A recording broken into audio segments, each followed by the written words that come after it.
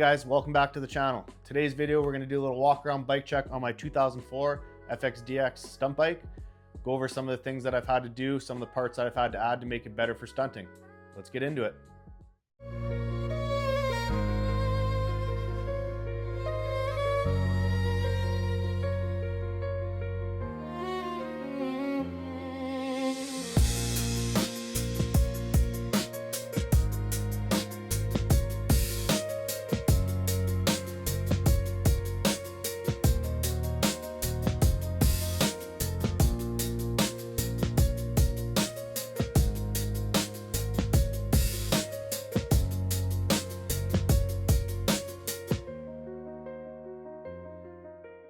All right, here it is, the 2004 FXDX. Go over some of the details here. We'll start at the front. So we have the Brembo calipers from the modern touring bikes. Because it is an FXDX, you get the dual disc front end. I paired those calipers with some takeoff rotors from a modern lowrider. They're the 11.8 instead of the factory 11.5. Behind that, you have a fully powder coated 13 spoke wheel. Full powder coat treatment on this front end. Got the fork legs, the fork brace, the trees and headlight surround. With the 2000-2005 models of FXDX, you did get the fully adjustable suspension from factory. This one I upgraded race tech internals, valves and springs. It's all set to my weight and riding style. I also did the Brembo master cylinder. I took the factory lever and just shortened it and had it Cerakoted so it blend in like stock. We got the Drag Specialties tinted marker and signal lights. Dual brake line conversion kit on this one. So each caliper has its own brake line, and then of course you have the dual banjo bolt here. Looks cleaner, better brake feel, eliminates the splitter T at the bottom. ODI lock-on grips again with a little bit of red flare to match. On this one I went with an OEM crash bar. I just got it powder coated so it matches the frame, kind of blends in a little bit. I know it doesn't look the best, but I think they handle better when there is actually a crash or when the bike tips over. These and the Cruzy K bars are a little bit better than the highway peg crash bars in my opinion. So just like the 99, you also get an 88 cubic inch twin cam motor, but in this one it has a roller bearing bottom end instead of the Timken bottom end. I upgraded the cam plate, oil pump, and did some S&S 510 cams on this one. So with the cam plate upgrade, you get rid of the spring tensioner and have a hydraulic tensioner. R&S Big Sucker 2 air cleaner. Behind that, you'll see the stock CV carb. I have bikes with the Mikuni and the CV, and I prefer the CV. Find it a little bit smoother, less choppy. Also did the external breather mod. So all the blow-by, instead of going back in the motor, gets drained out down here. You follow the line, gets drained in front of the motor. So in 2004, it was the first year of the fuel injected Dyna option. You could get carbureted or the port sequential fuel injection.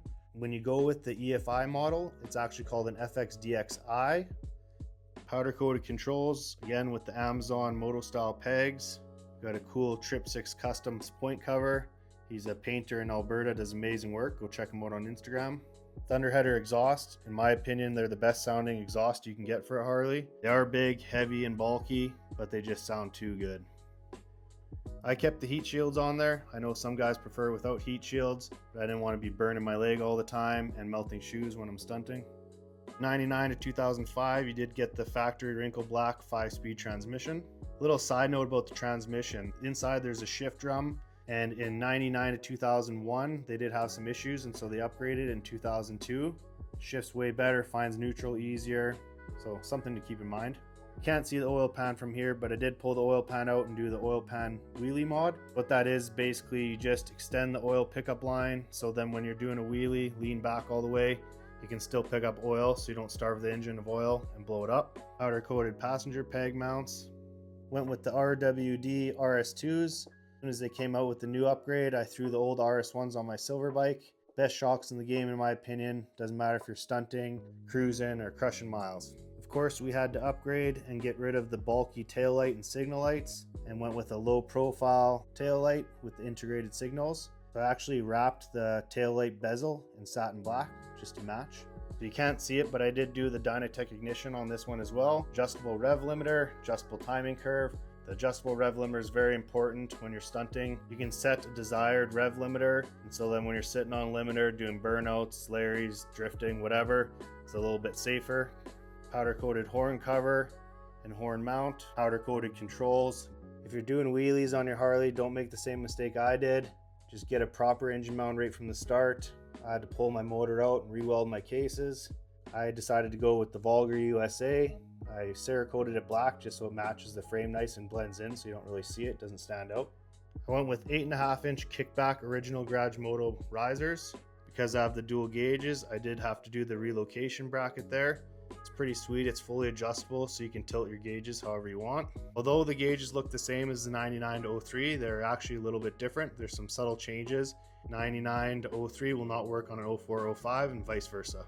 Fly Racing Moto style bars, they did come black but the sun faded them pretty quick. Wouldn't suggest buying them. Rockform phone mount, comes with a Rockform case. They're the best phone mounts and best cases. On this bike I went with an RSC clutch lever. It is a true one finger easy pull clutch. It's awesome, love it. Honestly, even if you're not stunt riding, just having that easy pull clutch and having one finger and not having to pinch your other fingers is worth it in my opinion. The one thing I hate about these aftermarket easy pull clutch levers, they don't fill in that spot where the factory clutch perch sits in. Well, that's why I didn't run one on my Concord Purple DX. I wanted to keep it factory OEM plus. With it being an 04, you do get the modern style dash. Fuel gauge there, fuel cap, did a little powder coat surround on that. Saddleman step up seat, custom ordered. So I did the red stitching on the back and throughout, and then did the pleats. If I were to get this seat again, I would go with a full gripper just for stunting and keeps you locked in. Interesting fact about the seats on the 2004-2005, a lot of people call this bike the bastard years because it does have a different mounting bracket here.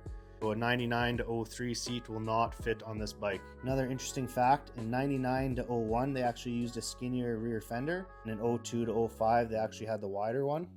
Got the quick detach mounts for both the Leather Pros and the backrest sissy bar.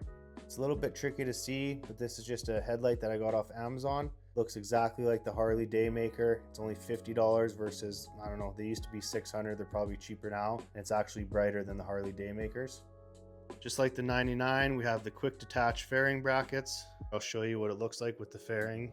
So in seconds with the quick detach fairing and sissy bar, your bike is ready to tour and cross the country. I was going to show you the Leather Pros, but you guys might know, might not know that if you do piggyback shocks, you do have to flip them over or upside down so the bag can fit.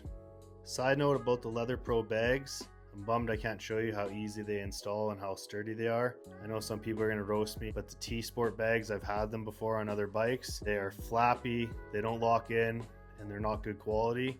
The Leather Pros are just next generation technology as far as saddlebags go. A lot of people copy them, quickly snap them off, carry them into the hotel when you go on trips. I always forget that I have this little reflector here. Gotta get rid of that. So this is an OEM Harley quarter fairing. I tinted the windscreen and then got a laminar lip. Kind of gives it that T-Sport look a little bit, covers the gauges and blocks the wind a little bit more on the highway. So now that it's out of touring mode and I've showed you all around it, I think it's time for a little startup.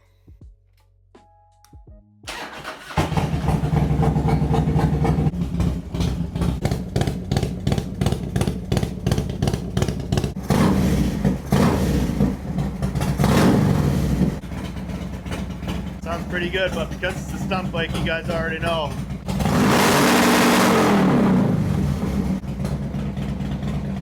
Thanks for watching today's video on old Ruby, the 2004 FXDX stunt bike. I hope you guys enjoyed it. If you have any questions, comments, anything like that, feel free to toss them down below. Don't forget to like and subscribe, and we'll see you in the next video.